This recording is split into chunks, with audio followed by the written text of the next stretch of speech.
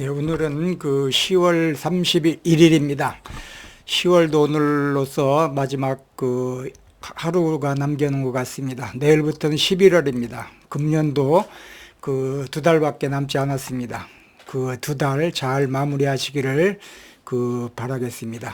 오늘은 그 유아교육에 대해서 좀 말씀드리고자 합니다. 유아교육, 그 유아교육 중에서도 그 정서 조절에 대한, 감정 조절에 대한, 아이들의 감정 조절에 대한 그런 말씀을 드리고자 합니다. 우선 그 순서는 그 정서 또는 감정 조절이라고 하는 게 무엇인가, 그 다음에 두 번째는 어렸을 때 그 감정 조절이 성장에 어떤 영향을 미치는가, 그 다음에 세 번째는 가정에서 그 감정 조절의 기반이 형성되는 그러한 이유는 무엇인가, 그 다음에 마지막 네 번째는 그 감정 조절을 위한 그 부모의 역할은 어떤 것인가, 이런 점에 대해서 좀 그 간단하게 살펴보는 시간으로 하겠습니다.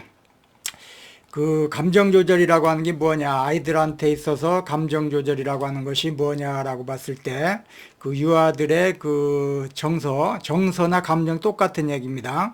감정 조절이라고 하는 것은 아이가 스스로 자신의 감정을 그 인식하고 이걸 표현하거나 조절하는 그런 방법을 우리는 감정 조절이다, 이렇게 그 얘기를 하는 것입니다. 그러니까 아이들이 자기 자신의 감정을 이렇게 그 인식하고 표현하거나 그걸 조절하는 이러한 방법을 우리가 그 유아들의 정서 조절 또는 감정 조절이라고 하는데, 아이들한테도 자기 감정을 인식하고 표현하고 조절하고 이런 능력을 가지고 있는 것입니다. 그러니까 어떻게 하면은 이러한 조절을 잘할 수 있는가에 대해서 한번 오늘 살펴보는 시간으로 하겠습니다. 어린아이들은 자기 감정을 잘 이해하지 못하고 표현하는 것도 사실은 서툴러서 감정이 곧바로 그냥 조절하지 못하고 행동으로 이렇게 표출되는 그러한 경우가 대단히 많습니다. 그래서 그 감정 조절이라고 하는 것은 그 스스로 이러한 것을 다루는 첫 걸음을 갖다 우리가 감정 조절이다, 이렇게 합니다. 그러니까 아이들한테 제일 처음으로 중요한 건 뭐냐면 자기 자신의 감정을 잘 조절하고 표현하고 인식하는 그러한 능력이 필요하게 된다, 이런 얘기입니다. 이것이 아이들한테는 제일 중요한 핵심적인 요소다, 이렇게 얘기할 수가 있습니다. 부모님들은 자기 아이들이 이런 감정 조절을 갖다가 인식하지 못하고 표현도 못하고 조절하는 능력이 없었을 때 화를 내지 말고 부모로서 어떻게 해야 될 건가라고 하는 점을 오늘 살펴보는 시간으로 하는 것입니다. 예를 들어서 4살짜리 아이가 놀이터에서 그 친구들과 놀다가 자신이 갖고 놀던 장난감을 빼앗겼다고 하는 상황을 한번 생각해 봅시다. 그러니까 내가 잘 갖고 노는 그 장난감이 있었는데 그거를 친구한테 뺏겼어요. 그런 생각을 한번 상상해 보기로 하겠습니다. 그러면 아이는 어떻게 하겠어요? 화를 내겠죠. 그 다음에 또 친구를 갖다가 이렇게 막 밀치거나 아니면 또 막 이렇게 울거나 이렇게 할 것입니다. 이때 아이가 정서 조절 능력, 감정 조절 능력을 배운다면 화가 난다는 감정을 먼저 인식하고 자기 일을 폭력적인 행동으로 표출하는 것보다는 이거 내가 가지고 싶은데, 이거 내가 가지고 놀고 싶어 라고 친구한테 이렇게 말로 표현하는 방법을 익히게 할 수가 있는 것입니다. 그러니까 화내거나 이렇게 장난감을 뺏겼을 때 그거 내놔 막 이렇게 화를 내는 감정을 억누르고 이거 내가 가지고 놀고 싶은데 내가 갖고 놀면 안 될까, 이렇게 좀 자기가 표현을 갖다가 할 수 있는 방법을 익혀야 된다라고 볼 수가 있습니다. 아이들이 화나고 밀치고 꼬집고 뜯고 감정 조절을 못하는 것은 자기 표현을 못하기 때문에 나오는 하나의 형식이는 것입니다. 자기 표현을 이렇게 스스로 잘할 것 같으면은 말로 이렇게 하는데 감정 표현이 안 되니까 화부터 나고 그 다음에 손부터 올라가고 발부터 올라가고 막 이렇게 하는 것이다라고 볼 수가 있습니다. 이처럼 정서 조절이라고 하는 것은 아이가 감정을 이해하고 그 감정을 적절히 표현함으로써 자기 자신과 타인에게 해가 되는 행동을 줄여나가는 그런 과정을 우리는 감정 조절 또는 정서 조절이다, 이렇게 이야기를 하는 것입니다. 그 다음 이제 두 번째는 어렸을 때 그 감정 조절이 성장에 어떤 영향을 미치는지에 대해서 살펴보겠습니다. 어렸을 때 감정 조절 능력을 배우는 것은 아이가 성장하면서 사회적 관계를 잘 맺고 학습하는데 그 학습을 집중해서 학습하고 건강한 그 자아를 형성하는데 큰 영향을 미치게 되는 것입니다. 큰 영향을 미치게 되는 것입니다. 예를 들면은 5살짜리 아이가 화가 났을 때 감정을 스스로 조절하는 방법을 배우지 못하면은 이 아이는 어떻게 되겠습니까? 친구가 자기가 원하는 장난감을 가지고 놀고 있으면 곧바로 친구한테 가서 소리를 지르거나 그 떼를 쓰거나 이렇게 할 것입니다. 소리를 쓰거나 울거나 뭐 이렇게 할 겁니다. 만약 부모나 교사가 이런 아이에게 화를 냈으면 화를 내는 아이에게 또 화를 내면 어떻게 되겠습니까? 화를 냈을 때 어떻게 표현하고 어떻게 마음을 가라앉혀 주는지를 가르쳐 주지 않으면은 이런 아이는 이게 습관이 되는 겁니다. 습관이 돼갖고 감정을 조절하지 못하고 자기 생각대로 되지 않았을 때 화를 내거나 소리를 지르거나 이렇게 하게 되는 것입니다. 그러니까 아이가 이게 습관이 되지 않도록 부모는 이러한 그 아이들의 정서적인 조절을 해주는 게 필요하다라고 볼 수가 있습니다. 이러한 아이가 초등학생이 되었을 때 어떻게 하겠어요? 반 학생들이 원하는 대로 따라주지 않으면 화를 내고 더 큰 갈등을 일으키기가 쉽습니다. 그렇게 되면 학교에도 왕따가 되는 겁니다. 왕따가 되면은 그 아주 힘든 그런 어떤 그 학교 생활을 하게 되는 것입니다. 결국 친구 관계가 원만하지 않게 되고 사회성이 부족해지고 학업에 집중하는데 방해가 될 수 있는 그런 요소를 가지고 있다라고 볼 수가 있어요. 그 반대로 어렸을 때 감정을 잘 조절하는 그 아이들은 어떻겠는가? 친구와 다툼이 생겨도 평화롭게 잘 해결하는 방법을 찾는 것입니다. 또 차분하게 상황을 바라보고 학습하는데 더 집중할 수가 있는 것입니다. 그렇기 때문에 어렸을 때 감정 조절이 필요한 것이다라고 볼 수가 있어요. 다시 말하면 유아기의 정서 감정 조절 능력은 단순히 감정을 다루는 것 그 이상의 의미가 있는 것입니다. 이것은 아이가 스스로 조절하고 스스로 이해하고 타인을 배려하는 법을 배우게 되고 성인이 되었을 때도 대인관계가 건강해지고 원활하게 사회생활을 할 수 있도록 이렇게 도와주는 그 밑거름이 되는 것입니다. 그렇기 때문에 아이들의 감정 조절해 주는 것은 필요하다 이런 얘기입니다. 그러니까 떼쓴다고 막 화내거나 뭐 이렇게 하면 안 됩니다. 이게 부모가 어떻게 될 건가라고 하는 것도 우리가 한번 살펴볼 것입니다. 그 다음에 세 번째는 가정에서 감정 조절의 기반이 형성되는 이유가 뭔가라고 하는 점을 살펴보겠습니다. 가정에서 부모의 반응과 태도가 아이의 정서 조절 능력에 미치는 영향은 매우 큰 것입니다.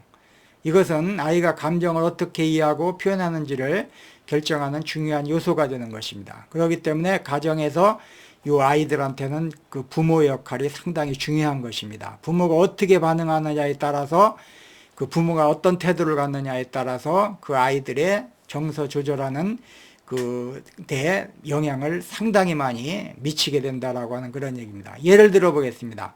화가 난 아이 예를 들어 보겠습니다. 3살짜리 아이가 놀이터에서 친구와 장난감을 두고 다투고 있습니다. 그 아이는 친구가 자신의 장난감을 빼앗자 화가 나서 막 울기 시작했습니다.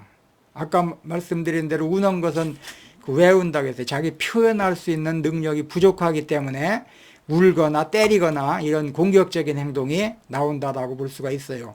그럼 이때 3살짜리 아이가 놀이터에서 친구와 장난감을 두고 다투다가 그 친구가 그 장난감을 빼앗아 갔을 때 화를 내고 울기 시작했어요. 그때 부모는 어떻게 해야 되느냐? 2가지 반응이 있을 겁니다. 첫 번째는 부정적인 반응을 일으키는 부모가 있을 겁니다. 좋지 않은 것입니다. 아이가 울고 있는 모습을 부모가 보고서 화를 막 내면서 왜 그렇게 소란을 피워? 왜 울어? 응? 막 이렇게 소리를 질렀다고 합시다. 남의 것을 빼앗으면 안 돼! 막 이렇게 소리를 질렀다고 한달 것 같으면 아이는 어떻게 하겠습니까? 아이의 반응은.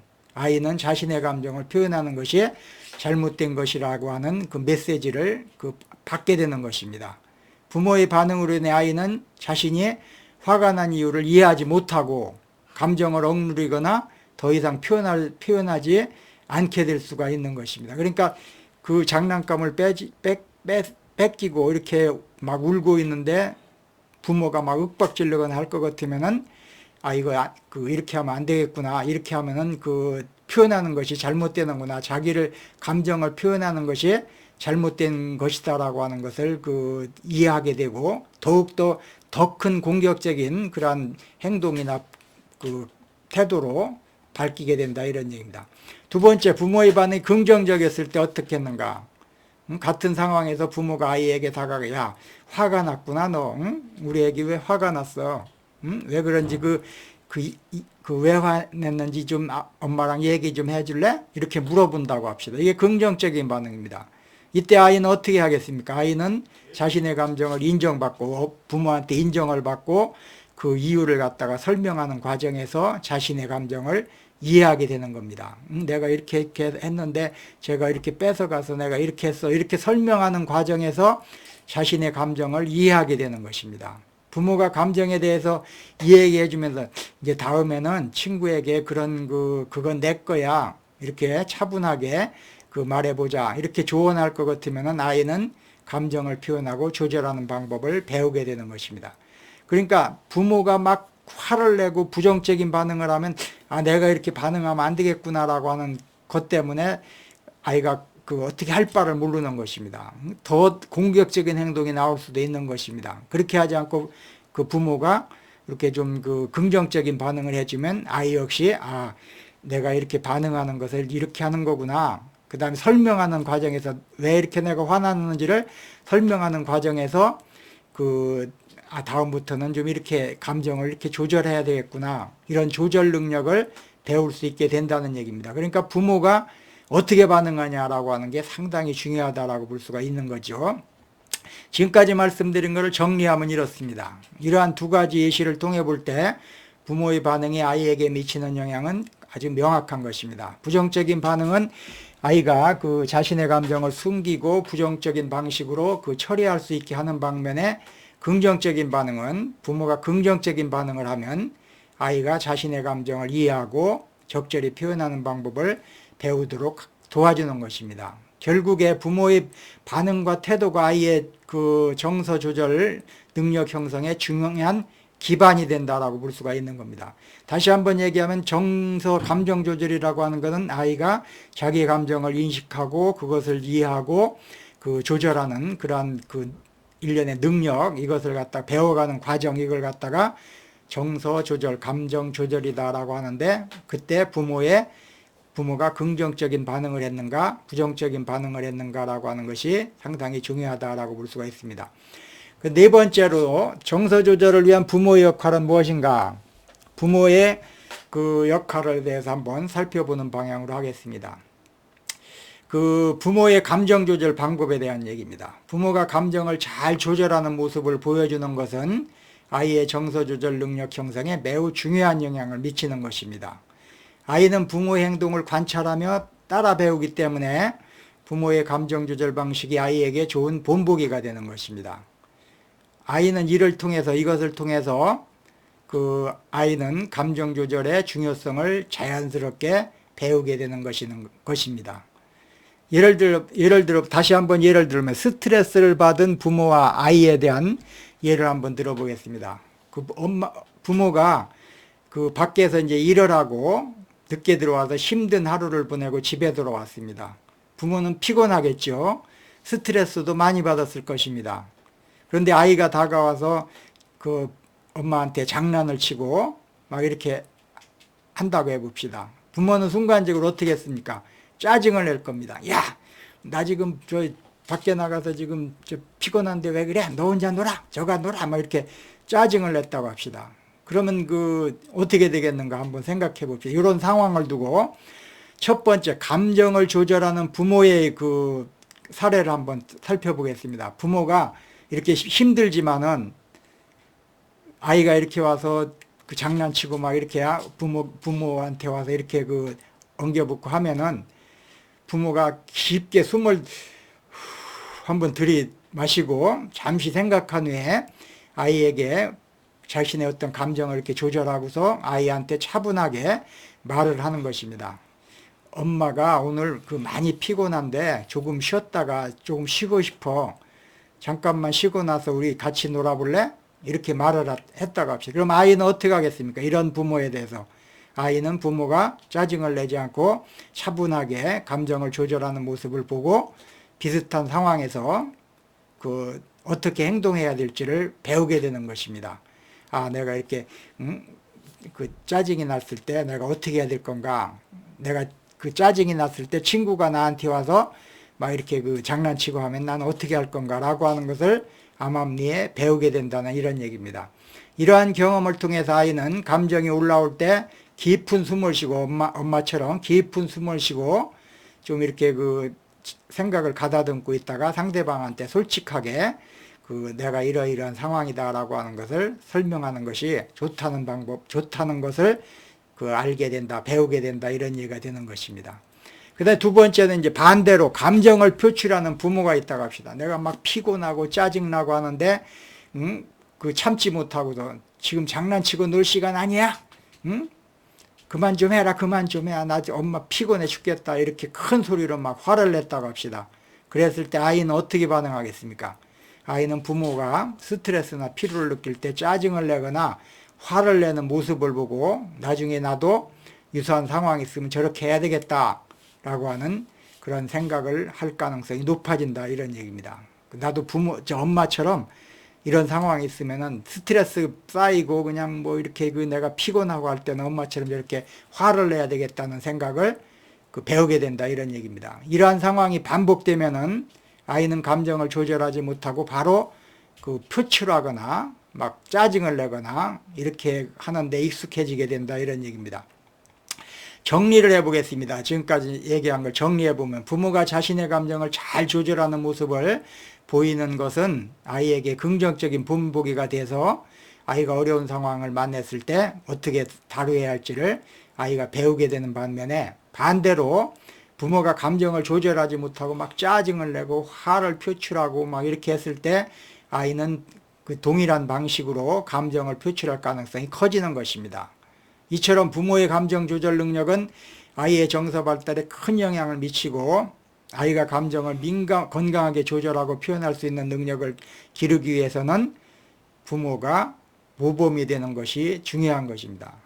그러니까 아이 자체의 감정 조절하는 것도 중요하지만 필요하고 중요하지만 그 과정에서 부모의 감정 조절하는 그러한 감정 조절을 부정적으로 하느냐 긍정적으로 하느냐라고 하는 것이 아이의 감정 조절에 미치는 영향이 지대하다라고 하는 그런 내용입니다.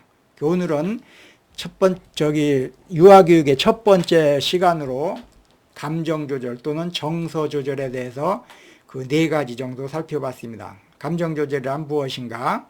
어렸을 때 정서 조절, 감정 조절이 성장에 어떤 영향을 미치는가? 가정에서 감정 조절의 기반이 형성되는 이유가 무엇인가? 감정 조절을 위한 부모의 역할이 무엇인가? 이렇게 살펴봤습니다. 오늘은 첫 번째 유아교육의 첫 번째 시간으로 감정 조절 또는 정서 조절에 대해서 알아봤습니다. 오늘은 여기까지 하겠습니다. 시청해 주셔서 감사합니다.